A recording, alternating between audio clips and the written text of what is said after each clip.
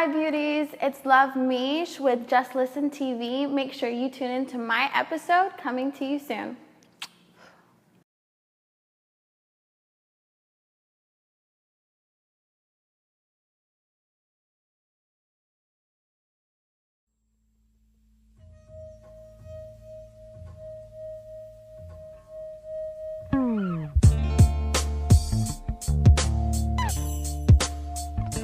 Hey, what's up? It's your girl TMO here with Jltv, and we have the beautiful, talented, published model Michel in the building. How are you doing today? I'm doing awesome. How you look awesome. Oh, thank you so much. I'm trying out a new hairstyle right now. All right. I love it. Thank you. So, can you tell us a little bit about your Haitian heritage? Sure, I'd love to. So, both of my parents were born and raised in Haiti.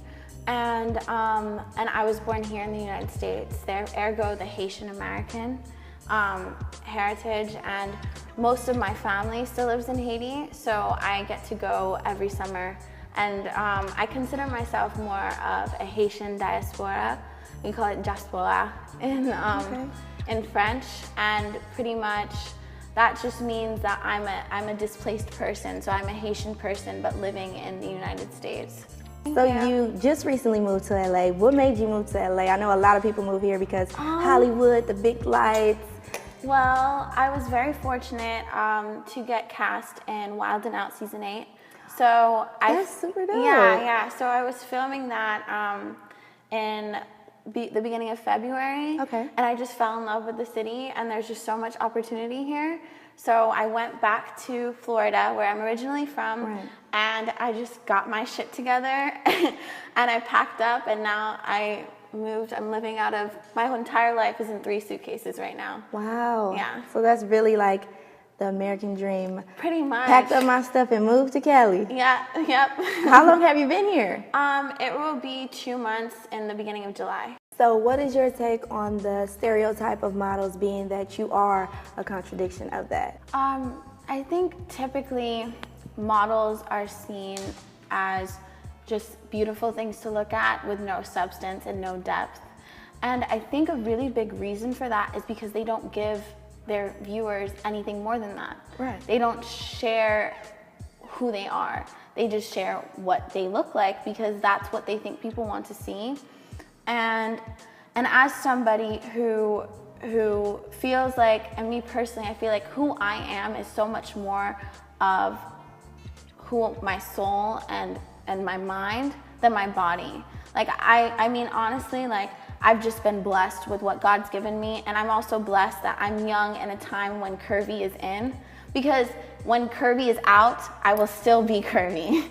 And like that's something I think that people don't realize, but I give people all of me, and if they want to accept it and acknowledge it, then they will. I have people every single day be like, oh, you're just a thought, like, ho, stop speaking, like no one wants to hear, like you're so fake, because they're not used to somebody who looks like me to actually have something to say, because so many models just kind of capitalize on the ignorance, and all they do is give them booty shots. All they say is, oh, tag 5 people who like boobs, tag 5 people who like ass. Like I'm sure you guys have seen that.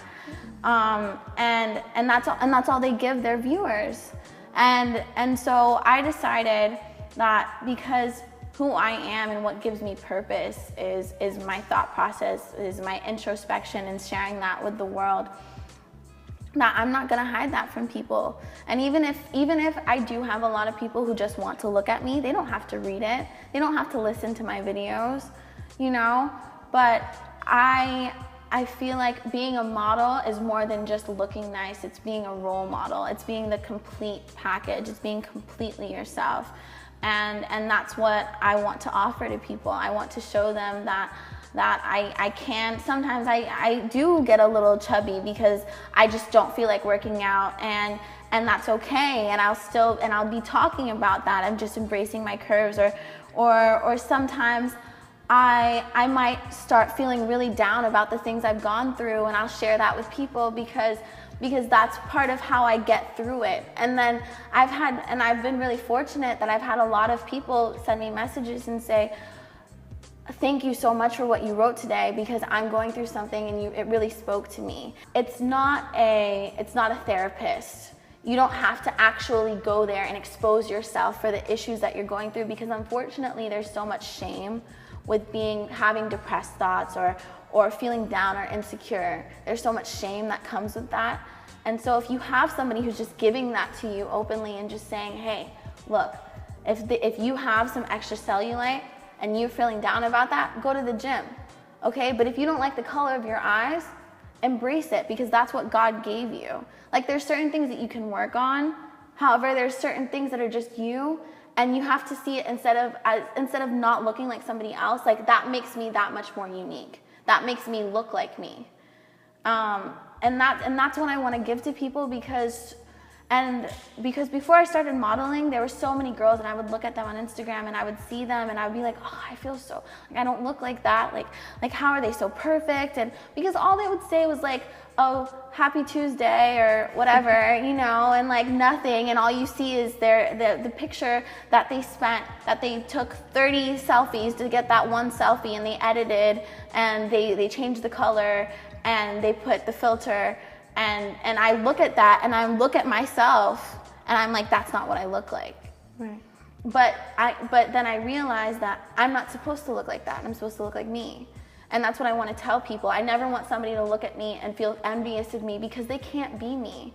And like I've said it before, I have a quote under one of my pictures, and I said, to aspire to be somebody else is a futile effort. For if you succeed, you will always be second best. Wouldn't you rather be the best version of yourself? It's powerful. Yeah. Okay, so you mentioned that you do, not only do you model, you do a lot of poetry, and one of your quotes on Instagram is, to empower you is the goal. What do you really mean by that? Well, here's the thing, especially now, because I've gotten to over 100,000 followers on Instagram. People don't know or remember where I started. Right. So in May of 2015, I had just recently medically withdrew from college because it just wasn't for me, and I was feeling very depressed in school, and I felt like I didn't have a purpose. Right. And a dream of mine had always been to be a model and actress and be in the entertainment business, but I felt like because I was so short and like curvier, right, and I didn't want to be like an ass model, right, like there was nothing I could do. And then I just decided to like hit up some local photographers and take my own pictures and just like and use something like a platform like Instagram to, right, which is very powerful, on my own. And through that, I kind of healed myself out of my like purposeless like mentality I was in. Right. And modeling really freed me, and people liked it. And I mixed like my photos with just like little motivational things here and there. And I really just embraced who I was as a person, and I didn't let the fact that I didn't look like every other model stop me. Right. And that empowered me. And I feel like to give knowledge is to gain love in return. So I felt like if I can just give my knowledge to my followers, like free of charge, if they want to follow me, they want to see my pictures, then I'll also just give them a piece of who I am on the inside, and like let them see that they too can just decide one day, this is what I want to do. Right. I want to follow my dreams, and I can do it. Because like, I mean, who would think, like a 5'2", like Haitian American model or Haitian American girl from like the ghetto of Florida would, be able to in a year move out on her own, right, to LA. And right, it's just like, it's really just a mindset. So I share my own like journeys with my followers to empower them, and so that they feel as though they can pursue their dreams. Okay, as well. So with that being said, how do you feel about the refugee status of Haitians coming to America? Well, here's the thing. Haitians, unfortunately, aren't very valued amongst international peoples. We've done a lot to deteriorate our natural services. We don't have really anything to offer to America. Therefore, I guess we are not as important.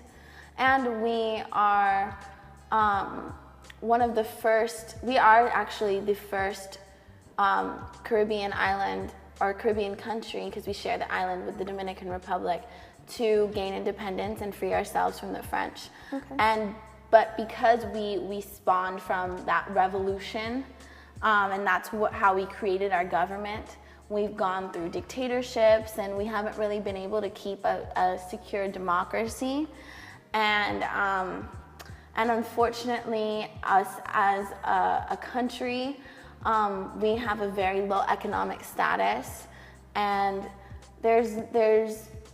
we are refugees. However, we are not as valued, and I don't think America sees us as unfortunately as we can offer them anything. So they make it very difficult for Haitians to come over, and you can laugh at it, but you have Haitian people coming over in boats, like swimming to shore, and they get turned back by the National Guard. And they just keep trying because, I mean, America, when used properly, the American dream can work. And Haitians are such hard-working, dedicated people. They're beautiful people. I love my country so much. And hopefully we can, with Michel Martinique, and we have elections coming up, we can build ourselves back up from within so that we are more of an influential power in the Northern Hemisphere and amongst the Americas. However, right now, we have such little clout internationally that, other than humanitarian rights and humanitarian groups, I don't know what we can do to be more valued to America. What is your true inspiration to what you do? This is gonna sound super silly, but little Michel, like the younger version of me, is like my real inspiration, because when I was little, I thought I could do anything, and I thought I could be like a spy and like a famous actress and a singer and like, you know, when you're like little 5 years old, you believe in yourself so much, and nothing can stop you. And then sometime between like puberty and like and being a teenager, and also just like the insecurities, you start to feel as though you're nothing. Right. And you feel like I don't look like this, or I'm not that smart, or I don't have this talent, so I can't do anything. Super true. And that was kind of like the state I got to in college. I was studying anthropology, and I was like, what am I gonna do with this? Like, how am I gonna influence people? Like, 'cause people is like really what drives me. And then I remembered like little Michel, and I was, I'm going to die, you know, like everyone dies. I only have this one life. So why not just like throw it all out there and do the things that I thought I could do when I was 5 years old? And if I crash and burn, then at least I tried, you know? So that's really my inspiration, is the younger version of myself. That's super cool. Yeah. That's super cool. So thank you. You know, with you saying that, and it seems like you so positive, and you mentioned that the reason why you moved to California is you love the vibe. Are some of the campaigns that you're dealing with, do they have to do anything with, you know, positivity? Actually, I wish I could tell you. I signed a non-disclosure agreement, but I can say that I have a campaign coming out with some very big celebrities. Okay. And it's about embracing your natural curves. Right. And I'm very excited, because embracing who you are and being the very best version of yourself is something I preach to my supporters almost every single day. Because although I will never be like 5'9", I will be like the sexiest 5'2" like person like that I can be, you know? And it's all about, it's never about like oh, I look at this skinny like person and like I wish I was skinny. Like, no, like don't look to be someone else. Right. Look to be the very best version of yourself. Right. So you did mention natural, curves and things like that. Something that's very important that I've noticed is you don't wear makeup. You're very natural. yeah. And what made you do that? Well, okay. It started off as like I just couldn't afford like a makeup artist. Right. That's what it started off They're as. so expensive. They're so expensive. Oh my gosh, they're so expensive. Now like, everybody do makeup. And like when I started, I only had 200 like followers of family and friends, Right. and I had to use Instagram because like the agencies that I reached out to originally were like, we don't do petite models, and like we don't, yeah, and like they weren't willing because I'm so unique looking based off of my background, so they didn't want to take a chance on me. So I just all I knew how to do properly was mascara, and so I just that was how I did some of my shoots, and people noticed, and they were like, wow, I really like that you're embracing Right. what you naturally look like. So it kind of I just took that on as a part of my brand, and 95% of the shoots that I've ever done have all been with me just wearing mascara, and right now I do have eyelash extensions on. Okay. But that just kind of shows you how much I don't like makeup, because that's it.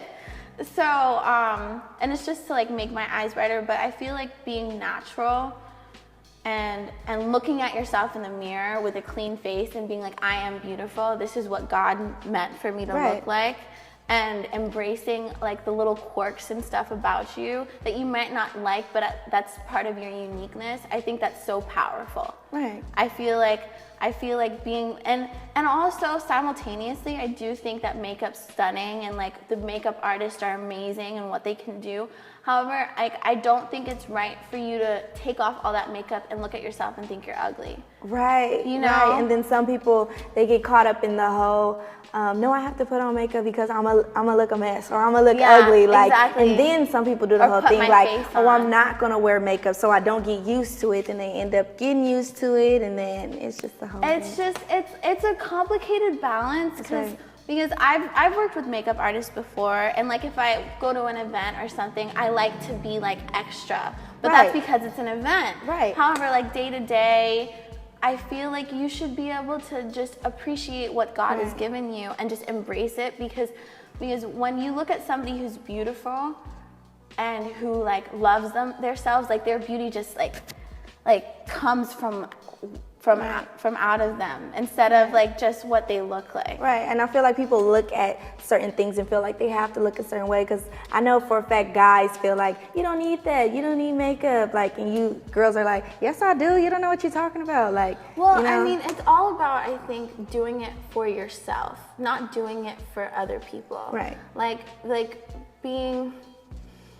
Being able to feel confident within yourself.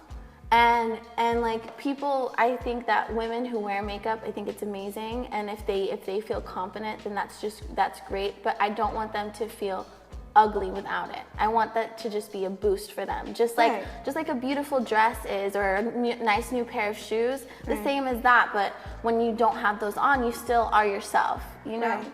It seems like you talk a lot about self-love and, knowing yourself. Is that really what your poetry is about, or is your poetry about different things like relationships or, things that you've been through personally?